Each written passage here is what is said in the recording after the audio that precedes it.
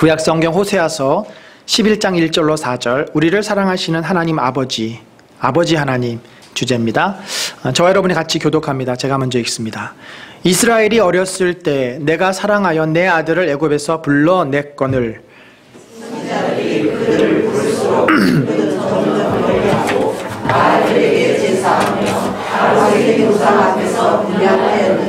그러나 내가 에브라임에게 걸음을 가르치고 내 팔로 안았음에도 내가 그들을 고치는 줄을 그들은 알지 못하였도다. 내가 사람의 줄 곧 사랑의 줄로 그들을 이끌었고 그들에게 대하여 그 목에서 멍에를 벗기는 자같이 되었으며 그들 앞에 먹을 것을 두었노라. 아멘.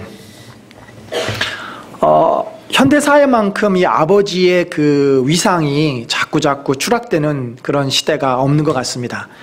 우리 한국의 역사를 보더라도 이 가부장제가 아주 지배적인 나라가 아니었겠습니까? 그런데 어떻게 된 것인지 점점 갈수록 모계사회화됩니다.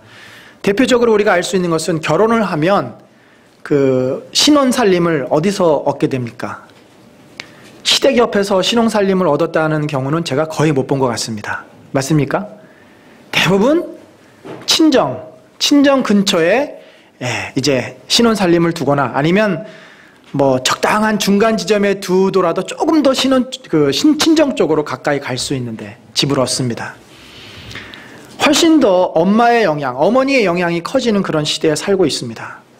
상대적으로 우리 아버지들은 밖에 나가서 열심히 일을 하지만 일한 만큼 집에서 어떻게 보면 대접을 받지 못합니다. 아이들하고도 대화하는 게 어렵고 나이가 들수록 이제는 부인 눈치 보며 치맛자락 붙잡고 다녀야 되는, 그래서 저희가 이번에 아버지 학교를 할 때도 그 아이디어를 낸 겁니다. 원래 남자들 중심으로 진행되는 프로그램인데 이 남자들이 혼자서 못 온다는 거죠. 부인 치맛자락 붙잡고 와야 되기 때문에 부부가 함께하는, 그러니까 많이들 오시더라고요. 참 아버지의 이름, 아버지의 위상이 우리들에게 점점 약화되고 있는데 성경은 놀랍게도 하나님에 대해서 하나님이 인간의 아버지시다라는 표현을 쓰고 있습니다. 우리가 지난주에 하나님은 온 우주를 창조하신, 우리가 감히 상상할 수도 없는 위대한 분임을 살펴보았습니다. 우리가 살고 있는 지구가 과연 이 우주에서 어느 정도의 위치를 차지하고 있을까요? 정말 먼지 중에도 먼지 같은 존재입니다. 지구라고 하는 존재는. 또 우리는 이 지구 가운데서 얼마나 미세하고 연약한 존재입니까? 인간이 자기의 그 틀 속에 갇혀 있을 때는 내가 세상의 중심이지만 나를 벗어나서 우주를 바라보고 온 역사를 바라보면 정말 우리의 존재라고 하는 것은 있는지 없는지, 존재 자체가 무시될 수밖에 없는 그런 연약한 인생임을 우리는 부인할 수 없습니다. 그런 크신 하나님, 그래서 우리가 하나님께로 다가서기도 어렵고 하나님이 우리에게 오신다고 하는 것이 얼마나 넌센스입니까? 말이 안 되는 일이에요. 그런 하나님의 존재인데 놀랍게도 오늘 우리가 읽었던 이 호세아서에서는 하나님께서 우리 인생을 향해서 내 사랑하는 아들이다 라고 표현을 하세요. 여러분들, 우리가 4대 종교를 뭐라고 합니까? 불교, 힌두교, 마호멧교, 기독교, 이렇게 4대 종교라고 얘기를 하는데 기독교 외에 어느 종교에서든지 자기들이 믿고 있는 절대신을 아버지라고 고백하는 종교는 없습니다. 그 모든 종교에서 핵심은 뭐냐면 절대자로부터 우리가 복을 받는 데 핵심이 있고 인간의 문제를 해결받는 데 핵심이 있어요. 그런데 기독교는 하나님과 절대자와 피조물 사이의 관계에 초점이 맞춰져 있습니다. 하나님이 우리들에게 어떤 존재인가? 그것이 우리들은 중요한 거예요. 성경은 한 번이라도 우리 인생을 무가치하고 그리고 하나님의 그 관심과 사랑에서 벗어나 그냥 스쳐 지나갈 그런 존재로 묘사하지 않습니다. 창세기 1장부터 계시록 21장인가 2장까지 끝장까지 인간은 하나님의 소중한 존재예요. 그것을 표현해주는 바로 단어가 아버지라는 말입니다. 아버지라고 하는 그 말 속에는 우리들에게 굉장히 큰 의미가 있어요. 첫 번째는 하나님의 세계, 영적인 세계와 우리가 살고 있는 이 세계가 도무지 건너갈 수 없는 깊은 골이 있는 그런 세계인데 이제 그 세계가 길이 열리게 되었다라는 거죠. 에베소서에 보면 바울이 이런 표현을 씁니다.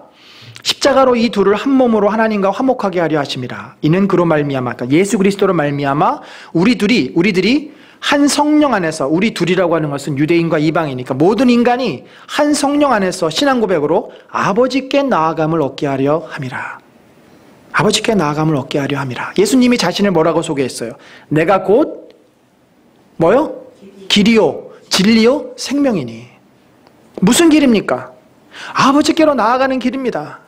인간이 예수 그리스도 외에는 이 죄로 가득 찬 이 세상에서 영적인 세계를 경험할 수가 없어요. 하나님의 세계를 우리는 경험할 수가 없습니다. 예수 그리스도로 말미암아 우리에게는 하나님께 나아가는 길이 열리게 된 거죠. 우리가 하나님하고 연결되었다라고 하는 것은 또 다른 의미, 하나님을 우리가 아버지라고 고백하는 또 다른 의미가 있는데, 그것은 뭐냐면 이제 우리와 하나님이 서로 교제할 수 있다는 거죠. 관계가 회복이 된 겁니다. 탕자의 비유에서도 잘 보여주고 있는 내용은 뭐예요? 집 나간, 정말 요즘 말로 네 가지가 없는, 없어도 너무 없는 그런 망나니 자식 같은, 옛날 말로 하면 호로 자식인 그 둘째 아들. 둘째 아들이 얼마나 하나님의 아버지의 마음을 아프게 했는지 그것은 중요하지 않아요. 초점은 그 둘째 아들이, 집 나간 아들이 드디어 돌아왔고 아버지가 그 아들을 끌어안아서 그 관계가 회복되어 있음에 초점이 맞춰져 있는 거죠. 바울은 또 19절에 그래서 이렇게 설명합니다. 우리 같이 한번 읽어볼까요? 시작. 그러므로 이제부터 너희는 외인도 아니요 나그네도 아니요 오직 성도들과 동일한 시민이요 하나님의 권속이라. 권속이라고 하는 말은 넓은 의미의 가족이다. 우리가 하나님의 식솔, 가족이 되었다는 말이죠. 하나님은 우리를 아들로 부르셨습니다. 그래서 우리가 하나님의 자녀가 되었고 이제 가족이 되었어요. 이게 얼마나 놀라운 일입니까? 이게 얼마나 놀라운 일이에요. 상상할 수 없는 일입니다. 이런 축복의 자리로 하나님이 우리를 부르셨는데, 그런데 우리는 내가 하나님의 아들이 되었고 자녀가 되었다라고 하는 것이, 하나님의 자녀가 되는 권세를 얻었다고 하는 것이 무엇인지를 잘 몰라요. 가슴에 와닿지가 않습니다. 물가가 내렸다, 금리가 인하됐다 그랬을 때 우리가 피부로 그 물가가 내린 게 와닿지 않는다 이런 표현 쓰잖아요. 하나님이 나의 아버지시라는 것이 우리의 삶에 나에게 실감이 나지 않는다는 거죠. 왜 그렇습니까? 왜 우리가 하나님을 아버지라고 찬양하고 아버지라고 고백해도 그것이 실감이 나지 않을까요? 왠지 낯섭니다. 거리감이 느껴집니다. 그 이유가 뭐겠습니까? 여러 가지 이유가 있겠지만 가장 큰 것은 아버지라고 하는 그 개념이 우리들에게는 이미 상당히 부담스럽고 거리감이 있는 존재로 심기어져 있기 때문이라고 생각합니다. 우리 문화가 어떤 문화입니까? 유교 문화잖아요. 상하복명의 가부장적인 권위를 강조하는 그런 문화이다 보니까 아버지라고 하는 존재는 항상 거리감이 있습니다. 항상 근엄하시고, 물론 자녀들을 사랑하죠. 근데 표현 안 하십니다. 표현을 안 하는데 안 하다가 꼭 표현할 때가 있어요. 언제입니까? 아이들이 성적표 가져올 때, 야 이 녀석 이게 성적이라고 받아왔어? 부인이 뭐라고 한 소리 하면 그제서 아버지가 아이들을 야단치거나 혼내거나. 사실은 아이들 입장에서 아빠가 잘 놀아주고 자기하고 얘기도 잘하고 맛있는 것도 사주고 용돈도 잘 주고 그러면 아빠가 얼마나 좋겠어요. 늘 아빠 부르면서 졸졸졸졸 쫓아다닙니다. 그러니까 요즘 젊은 사람들 보니까 한 30대 보니까요, 아기들을 이뻐해요. 잘 이렇게 케어를 합니다. 근데 그게 왜 그런 줄 아십니까? 본인들이 어렸을 때 부모로부터 충분히 돌봄을 받지 못했기 때문입니다. 근데 막상 아이들이 초등학생이 되고 사춘기가 되면은 그때 돼서는 정작 아이들과 대화를 해야 되고 아이들을 진정으로 이제 멘토링도 하고 훈육을 시켜야 되는데 그런 거는 잘 못해요. 제가 그랬어요, 제가. 이뻐하는 마음이 있습니다. 사랑하는 마음이 있어요. 그러나 어떻게 아이들을 케어하고 훈육해야 될지를 몰라요. 그래서 아이들하고 놀아준다 그러면서 오히려 아이들을 울리고, 아이들하고 놀아준다 그러면서 아이들 놀게 하고 본인은 핸드폰하고, 어떻게 해야 될지를 모르는 겁니다. 아이들에게 가장 인기 있는 아버지는 용돈도 잘 주고 잔소리 안 하는 아버지입니다. 그러면 가장 부담스러운 아버지는 누구입니까? 툭하면 잔소리하고 용돈은 하나도 안 주는 그런 아버지. 여러분, 우리 마음속에 이미 아버지에 대한 그림이 사실은 부정적으로 이미 박혀져 있습니다. 모르겠습니다. 여러분들 가운데 정말 자상하고 친구 같고 그런 아버지 밑에서 자란 분이 있다면 제가 드리는 말씀하고 안 맞겠지만 거의 그러나 우리 문화 속에서는 아버지의 이미지는 결코 그렇게 따뜻하고 자상하고 편안하고 친구처럼 다가올 수 있는 그런 아버지의 모습은 많지 않습니다. 극히 드뭅니다. 그래서 하나님 아버지라고 우리가 고백해도 하나님의 사랑을 우리가 자꾸 듣고 얘기해도 왠지 낯설고 거리감이 느껴질 수밖에 없는 거죠. 그러니까 정말 자기가 하나님을 아버지로 경험하고 그 따뜻함을 느끼기 전에는 그 말은 그냥 내 머릿속에 개념으로 남아있게 됩니다. 근데 하나님께서는 오늘 성경에 보니까 어떻게 자신을 표현하십니까? 우리가 읽은 이 호세아서는 하나님의 아버지 되심을 가장 잘 말씀해 주고 있는 그런 구약 성경입니다. 여기 보니까 1절에 어떻게 했어요? 이스라엘이 어렸을 때 내가 사랑하여 내 아들을 애굽에서 불러내었다. 애굽에서 불러내었다라고 하는 것은 내가 저들을 구원하였다라고 하는 말입니다. 하나님은 아버지십니다. 아버지시기 때문에 이스라엘 백성을 낳으셨어요. 낳으셨고 그들을 기르시고 그들을 이제 어려움 가운데 구원하셨습니다. 여러분, 우리들도 마찬가지입니다. 우리가 하나님의 부르심을 받아서 교회를 나오기 시작했습니다. 근데 어떤 분은 하나님이 우리를 확실하게 부르신 그 부르심에 대한 분명한 사인과 분명한 경험이 있어요. 그런데 많은 분들은 하나님이 나를 부르셨는지 어쩐지 모르고 끌려 나오는 경우가 있습니다.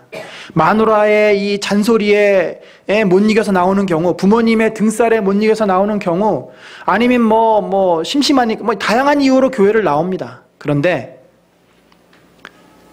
나를 귀찮게 했던 그 부인의 그 권면과 우리 부모님의 그 충고가 바로 하나님의 부르심이었다는 사실을 우리가 기억해야 합니다.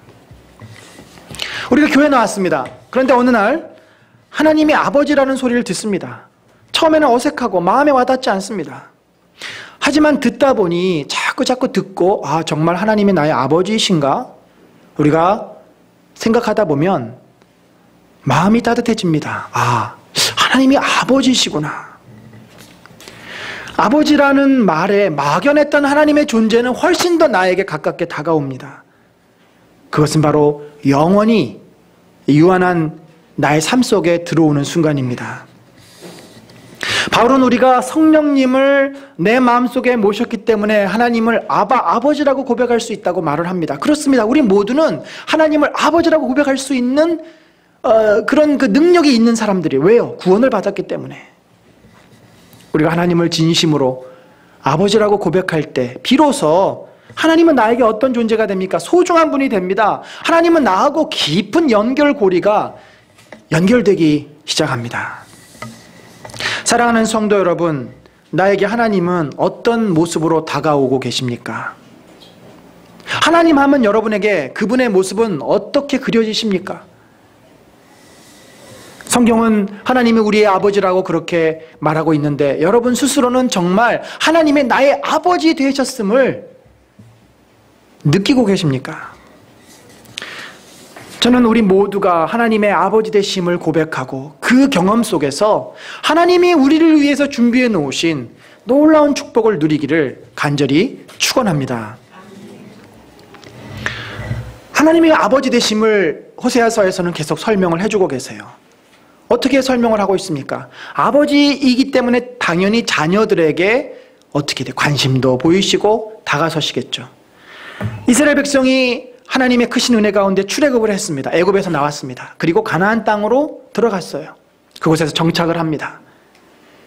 많은 외적들, 많은 강대국들을 물리치고 하나님께서 그곳에 나라를 세워주셨습니다. 그런데 이스라엘 백성은 자기들을 그렇게 이끌어 주셨고 자기들을 그렇게 보호해 주셨던 하나님을 쉽게 잊어버렸습니다. 본문에 보니까 또 선지자들이 그들을 부를수록 그들은 점점 멀리했다. 이 말씀은 뭐예요? 하나님은 선지자를 통해서 자신의 모습을 보여주셨습니다. 자신의 말씀을 전달해 주셨습니다. 그런데 이스라엘 백성은 하나님의 말씀 듣기를 싫어합니다. 잔소리로 여기는 거죠. 그리고 자기들이 하고 싶어하는 것, 자기들이 좋아하는 것에 빠집니다. 아이들이 부모의 이야기를 잘 듣지 않습니다. 친구들하고 노는 거, 그것이 나쁜 것이든 또는 우리 몸에 해로운 것이든 상관하지 않고 재밌고 즐거운 것이면 아이들은 쉽게 빠져버립니다. 여러분, 우리들의 어렸을 때를 한번 기억해 봅시다. 부모님들이 얼마나 우리를 지극정성으로 사랑하시고 키워주셨습니까? 근데 우리들은 그런 것들에 대해서 한 번도 고맙게 생각하거나, 아, 부모님이 나를 정말 이렇게 귀하게 여겨주셨구나, 그렇게 감사를 표현한 적이 별로 없어요. 오히려 당연하게 생각합니다. 오히려 귀찮아합니다. 아, 그만 좀 놔두세요. 내가 알아서 먹을게요. 오히려 귀찮게 생각해요. 그래서 이런 말이 있습니다. 부모님들이 자녀들에게 효도를 받으려면 자녀들에게 너무 잘해주면 안 된다. 좀 적당히 해주고 때로는 좀 못해주기도 해야 자녀들이 부모 고마운 줄 알고 효도할 수 있다. 그런 말이 있어요. 여러분, 자녀들에게 목매고 계십니까? 그러면 반드시 뒤통수 맞는 날이 있습니다. 아이들은 그 엄마 아빠의 그런 지극정성 사랑 다 기억하지 않아요. 오히려 우리 엄마 아빠가 나를 늘 괴롭히고 나를 귀찮게 하고 잔소리하고 이거 해라 저거 해라 이거 먹어라 저거 먹어라 늘 나를 힘들게 한다고 그렇게 생각합니다. 그게 인생이에요. 우리는 안 그런 줄 아십니까? 하나님이 우리를 얼마나 사랑하는 줄 여러분 못 느끼잖아요. 우리가 하나님이 우리를 얼마나 많은 말씀으로 깨닫게 하셨습니까? 얼마나 많은 진리를 우리에게 주셨습니까? 그런데도 우리는 그 말씀 안 듣잖아요. 듣기 싫어하잖아요. 오히려 내 생각, 내 귀에 듣기 좋은 소리를 우리는 더 좋아합니다. 하나님은 우리에게 찾아오셔서 나하고 얘기하자고 하시고 나랑 같이 너의 그 앞으로 인생을 향한 비전과 꿈과 계획들을 같이 나누자라고 말씀하셔도 아, 주님, 제가 지금 해야 될 일이 너무나 많아요. 저 좀 귀찮게 하지 마세요. 그리고는 성경에 보면은 소를 샀으니 내가 소를 시험하러 가야 되겠고, 내가 밭을 샀으니 밭을 갈러 가야 되겠고, 내가 친구를 만나러 가야 되겠고, 그러니 나를 부르지 마시오. 우리가 그런 마음으로 하나님의 다가오심을 부담스럽게 생각하고 휙 가버리는 거죠. 그럼 하나님은 우리를 한 번 더 만나고 싶어 하시고 한 번 더 보고 싶어 하세요. 그럼 그 마음 아십니까? 근데 우리 할머니 할아버지들은 그 마음을 아실 것 같아요. 엄마 아빠들은 모릅니다. 여러분, 우리가 아이들 이렇게 볼 때 아이들이 뭐로 보입니까? 물론 아이들이 있는 모습 그대로 보여서 너무 사랑스럽고 너무 이쁘고 그냥 그 존재 자체가 너무 귀하게 이렇게 느껴질 때가 있는데, 그런 때는 아이들이 유아 때 잠깐이고 그 다음부터는 어떻게 보여요? 아, 이 녀석 수학 숙제 했나 안 했나? 이거 단어 외워야 되는데. 그 다음부터는 아이들이 공부 기계로 보이고 그 다음부터는 아이들이 내가 생각하는 것을 따라줘야 하는 그런 아이로 보이는 거죠. 아이들을 있는 모습 그대로 못 봅니다. 내 생각으로 봅니다. 내 입장에서 아이들을 바라봅니다. 그래서 아이들이 존재 자체가 나에게 기쁨이 안 돼요. 조건이 됩니다. 여러분, 나는 안 그럴 것 같죠? 그럴 날이 반드시 옵니다. 그런데 우리 할머니 할아버지들은 그게 없어요. 그냥 아이들의 있는 모습 그대로가 너무 이쁜 거예요. 너무 사랑스럽습니다. 저희 장모님이 저희 아이들을 이렇게 전화 통화라도 하는 거 보면 얼마나 기뻐하신, 톤도 달라지고, 가끔씩 저희 집에 오시면은 어떻게든지 용돈을 더 주시려고 그러고, 어떻게든지 아이들 좋아하는 거 뭐라도 하나 더 해주시려고 하고, 그냥 아이들 그 자체가 기쁨이고 즐거움이에요. 사랑하는 성도 여러분, 우리는 하나님을 거들떠보지도 않아요. 우리는 하나님의 목소리를 들으려고 하지도 않아요. 그런데 하나님은 끊임없이 우리를 찾아오시고 우리에게 관심을 보여주십니다. 오늘 또 3절에 보니까 뭐라고 돼 있어요? 우리 3절 한번 같이 읽습니다. 시작. 그러나 내가 에브라임에게 걸음을 가르치고 내 팔을 안았음에도 내가 그들을 고치는 줄을 그들은 알지 못하였도다. 하나님은 이스라엘을 늘 보호하셨어요. 주변에서 아수르가, 바벨론이, 애굽이 그들을 항상 노리고 그들을 괴롭히고 아람 군대가 항상 그들을 점령하기 위해서 칼날을 높게 치들고 있었지만 하나님은 그들을 항상 보호하셨습니다. 그들을 지켜주셨어요. 건조한 사막 지역 기후, 이른 비와 늦은 비가 내리지 않으면 그들은 가뭄이 들어서 먹고 살 수가 없습니다. 하나님께서는 정확하게 비를 보내주셨고 그들에게 살 수 있는 환경을 주셨습니다. 그럼에도 이스라엘 백성은 하나님의 은혜를 잊어버립니다. 하나님이 싫어하시는 우상을 찾아다닙니다. 하나님이 싫어하시는 일만 골라서 해요. 우리가 이것을 배은망덕이다 그렇게 말하지 않습니까? 우리 부모님들도 얼마나 우리를 지극정성으로 키우시는데 우리가 1년에 단 한 차례 어버이날하고 뭐 생신 때 그때 딱 감사를 표현하고 대부분은 잘 잊고 살아요. 저도 그렇고 참 부족한 부분이 많습니다. 이게 어떻게 보면 우리의 그 연약한 모습일 것 같은데 한 번은 저희 큰아이가 어렸을 때 경기를 많이 했어요. 열경기를 많이 했는데 아이들이 경기를 하면은 이 몸이 굳어지고 이빨도 이렇게 힘이 가면서 자기 혀를 깨물 수 있다고 그렇게 하더라고요. 그래서 겁이 나가지고 어느 날은 경기를 딱 하는 거예요. 눈앞에서. 그런데 어떻게 할 수가 없어서 제 새끼손가락을 입에다 이렇게 넣습니다. 나중에 뭐 시뻘겋게 피멍이 들었죠.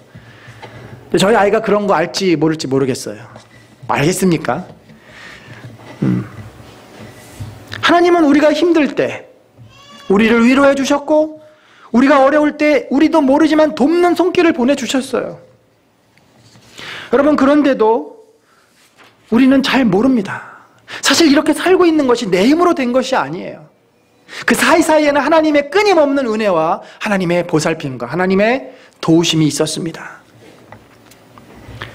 가만히 기억해 보세요. 우리가 어려울 때 힘들 때 얼마나 하나님 앞에 매달리고 하나님의 은혜를 구합니까? 그런데도 그것이 지나고 나면 언제 하나님이 나를 도와주셨는지 언제 하나님이 나를 붙잡아 주셨는지 다 잊어버리고 맙니다. 아니 오히려 하나님 왜 나한테 이런 어려움을 허락하십니까? 오히려 따지고 들죠. 오히려 원망하고 불평하는 일들이 더 많습니다. 사랑하는 성도 여러분, 우리 등 뒤에서 우리가 넘어지지 않도록 우리를 붙잡고 계시는 그 하나님의 손길을 여러분 느끼고 계십니까? 우리 잊지 맙시다. 기억합시다.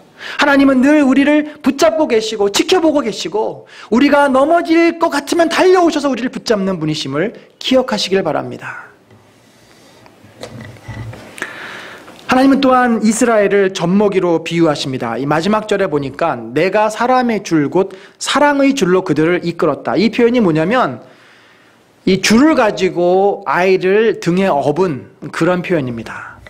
또 밑에 보면은 그들 앞에 먹을 것을 두었노라. 이 젖을 먹였다라고 하는 표현이에요. 마치 포대기로 아이를 업어서 키우고 젖을 물리듯이 하나님께서는 이스라엘을 그렇게 먹이시고 입히시고 키워주셨다는 말씀이죠. 여러분 아이들이 그 부모가 어렸을 때부터 젖을 먹이고 정말 똥기저귀를 갈아주고 그렇게 아플 때 사랑으로 돌봐줬던 것을 기억할까요? 모릅니다. 몰라요. 그런데 분명한 것은 하나님도 우리를 그렇게 사랑하고 계시다는 거죠. 그래서 우리는 그 하나님의 은혜, 하나님의 그 사랑을 잊지 말고 기억하는 것이 필요합니다. 근데 문제는 지금도 하나님은 늘 우리를 사랑의 눈으로 쳐다보고 계시는데 우리가 하나님께 눈을 돌리질 않아요. 우리의 관심이 어디 있습니까? 옆에 하나님이 계시는데도 나는 하나님이 없는 것처럼 삽니다.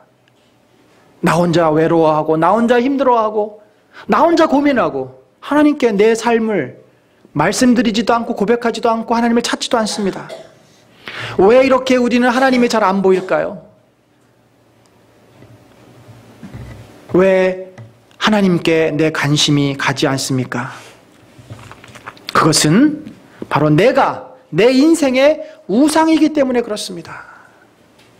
내가 인생의 전부예요. 내가 삶의 중심입니다. 그러다 보니까 우리가 아이들을 바라볼 때도 내 생각으로 바라보고 내 입장에서 바라봅니다. 내가 원하는 대로 애들이 해줘야만 됩니다. 내 뜻대로 되지 않으면 아이들이 미워요. 남편과 아내를 서로 바라볼 때도 내 생각, 내 입장에서 서로 당신 좀 내 얘기 좀 들어봐. 당신이 그렇게 생각하는 거 잘못됐어. 서로 자기 주장을 하죠. 부모나 자식이나 부부나 우리는 모두 내 입장에서 세상을 살아가고 있고 내 입장을 얘기하고 있습니다. 그래서 우리가 서로 아우성을 칩니다. 여러분 우리가 나를 믿고 내 힘으로 살아가는 한 우리는 망할 수밖에 없습니다. 우리는 불완전한 죄인입니다. 연약한 인생입니다. 우리 옆에 하나님이 계시고 하나님이 나를 부르셨고 내 아버지시라는 것을 내가 인식을 하고 깨닫고 그것을 의지할 때 거기에는 하나님의 도움도 경험할 수 있는 은혜가 우리에게 주어지는 거죠. 사실 하나님과 더불어 사는 것이 귀찮은 일이 결코 아니에요. 얼마나 큰 축복입니까? 우리가 그 내 껍질, 내 문제 속에 갇혀있는 이 나라고 하는 존재를 벗어나면 더불어 함께 사는 축복을 우리는 경험합니다. 아이들이 사랑스럽고 아내가 참으로 귀하고 남편이 너무나도 고맙고 우리가 서로의 존재 자체를 있는 모습 그대로 받아들일 수가 있게 돼요.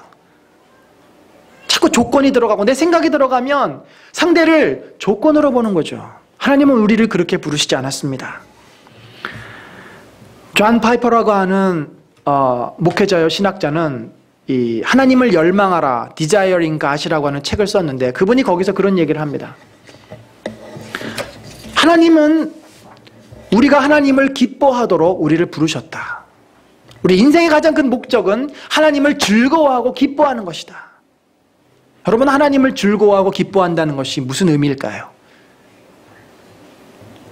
우리가 아이를 하나님의 축복으로 선물로 받지 않습니까? 임신을 하게 됩니다. 아이를 엄마가 뱃속에서 키우고 낳습니다.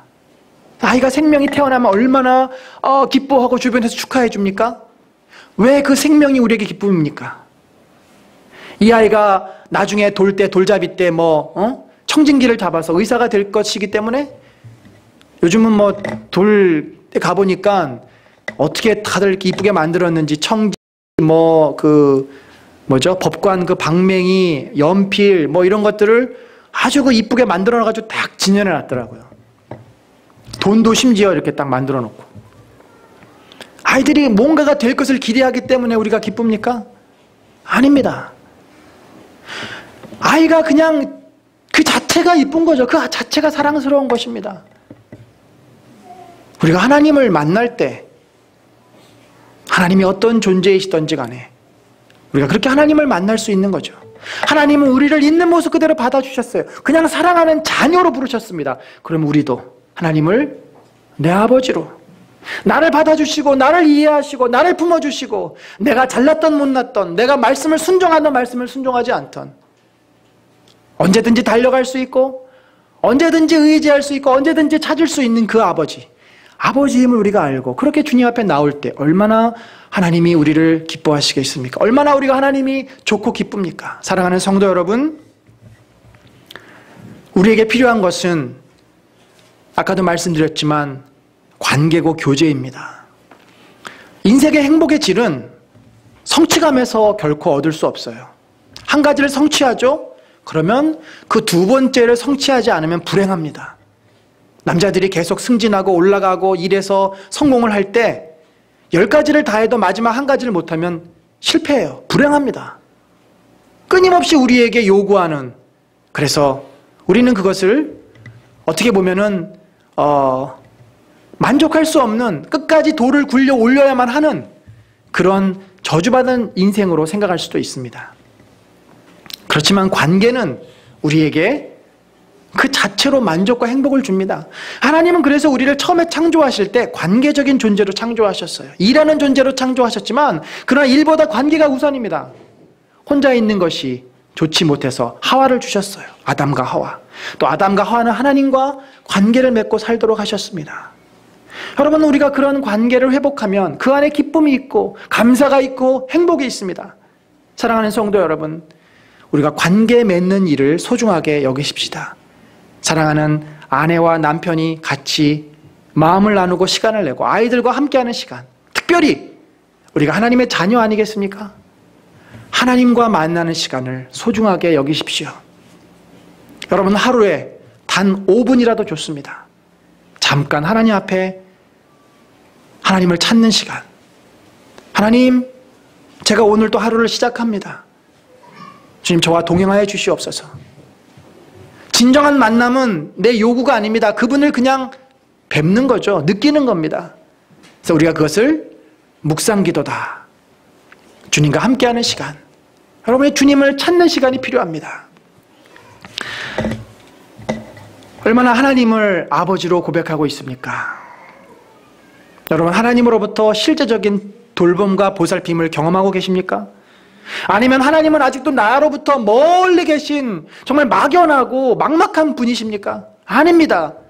하나님은 나를 누구보다도 사랑하시고 내가 어떤 상황에 있더라도 나를 위해서 달려오시는, 나를 사랑하시고 나를 귀하게 여기시는 아버지이십니다.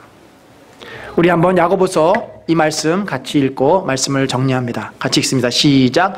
하나님을 가까이 하라. 그리하면 너희를 가까이 하시리라. 자, 우리 왼쪽에 있는 표 한번 다시 한번 하겠습니다. 하나님을 알자. 시작. 하나님을 알자. 힘써 알자. 네, 우리가 하나님을 알아가고 경험하고 하나님을 가까이 할 때 그 하나님은 우리를 어떻게 하실까요? 우리를 또 가까이 하십니다. 우리에게 아버지 되심을 보여주십니다. 우리를 보호하시고 우리를 인도하시고 이 힘들고 험한 세상길에서 우리를 눈동자처럼 이끌어 주실 것입니다. 하나님을 아버지로 고백해서 늘 주님과 동행하고 그 아버지의 풍성한 사랑을 경험하는 저 여러분들 되시기를 간절히 축원합니다. 우리 이 시간에 한번 같이 기도하겠습니다. 주님, 하나님께서 나의 아버지 되심을 고백합니다.